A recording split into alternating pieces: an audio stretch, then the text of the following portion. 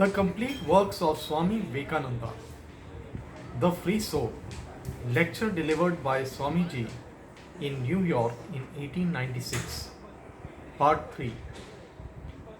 So far as it is intellectually all right, but then comes the practice. The real work is in the practice. Are any practices necessary to realize this oneness? Most decidedly, yes. It is not that you become this Brahman, you are already that. It is not that you are going to become God or perfect. You are already perfect, and whenever you think that you are not, it is a delusion. This delusion, which says that you are Mr. So and so or Mrs. So and so, can be got rid of by another delusion, and that is practice. Fire will eat fire, and you can use one delusion to conquer another delusion. One cloud will come and brush away another cloud, and then both will go away. What are these practices then? We must always bear in mind that we are not going to be free, but are free already. Every idea that we are bound is a delusion. Every idea that we are happy or unhappy is a tremendous delusion. And another delusion will come that we have got to work and worship and struggle to be free. And this will chase out the first delusion, and then both will stop. The fox is considered very unholy by the Mohammedans and by the Hindus. Also, if a dog touches any bit of food, it has to be thrown out. It cannot be eaten by any man. In a certain Mohammedan house, a fox entered and took a little bit of food from the table, ate it up, and fled. The man was a poor man and had prepared a very nice feast for himself, and that feast was made unholy, and he could not eat it. So he went to Mullah, a priest, and said, "This has happened to me. A fox came and took a mouthful out of my meal.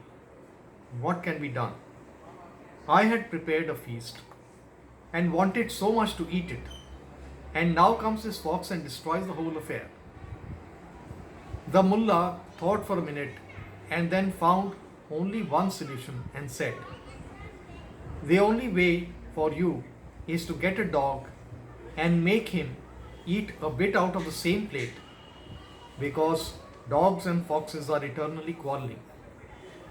The food that was left by the fox will go into your stomach, and that left by the dog will go there too, and both will be purified."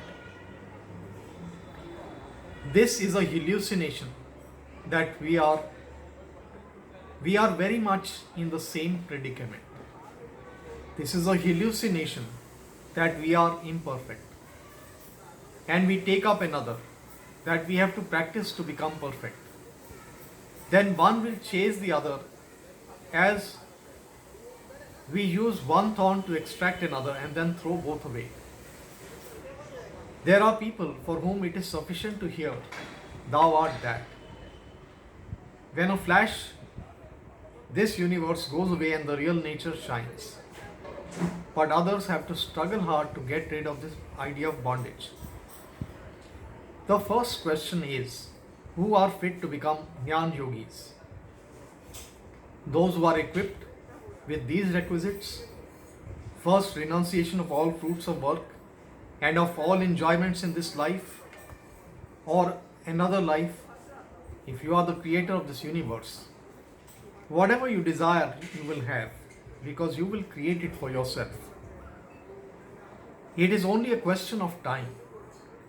Some get it immediately, with others, the past sanskaras stand in the way of getting their desires. We give the first place to desires for enjoyment, either in this or another life. Deny that there is any life at all, because life is another name for death.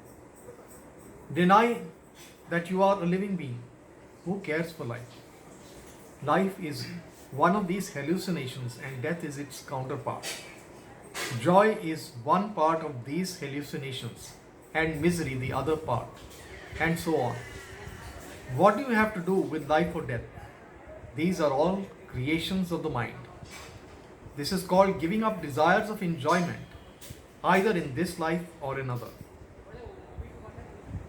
Then comes controlling the mind, calming it so that it will not break into waves, and having all sorts of desires holding the mind steady, not allowing it to get into waves from external or internal causes, controlling the mind perfectly just by the power of the will. The Jnana Yogi does not take any one of these physical helps or mental helps. Simply philosophic reasoning, knowledge, and his own will. These are the instrumentalities he believes in. Next comes Titiksha, forbearance, bearing all miseries without murmuring, without complaining. When an injury comes, do not mind it. If a tiger comes, stand there. Who flies? There are men who practice Titiksha and succeed in it. There are men who sleep on the banks of the Ganga in the midsummer sun of India and in winter float in the waters of the Ganga for a whole day. They do not care. Men sit in the snow of the Himalayas and do not care to wear any garment. What is heat? What is cold? Let things come and go. What is that to me? I am not the body. It is so hard to believe that in these Western countries, but it is better to know that it is done. Just as your people are brave to jump at the mouth of a cannon or in the midst of a battlefield, so are our people brave to think and act out their philosophy. They give up their lives for it. I am existence, knowledge, bliss, absolute. I am He. I am He. Just as the Western ideal is to keep up luxury in practical life, so ours is to keep up the highest form of spirituality, to demonstrate that religion is right merely frothy words, but can be carried out, every bit of it in this life. This is Titiksha, to bear everything, not to complain of anything. I myself have seen men who say, I am soul. What is the universe to me? Neither pleasure, nor pain, nor virtue, nor vice, nor heat, nor cold is anything to me. That is Titiksha. Not running after the enjoyments of the body. What is religion? To pray, give me this and that. Foolish ideas of religion. Those who believe them have no true idea of God and soul. My master used to say, the vulture rises higher and higher until he becomes a speck. But his eye is always on the piece of rotten carrion on the earth. After all, what is the result of your ideas of religion? To cleanse the streets and have more bread and clothes? Who cares for bread and clothes? Millions come and go every minute. Who cares? Who cares for the joys and the vicissitudes of this little world?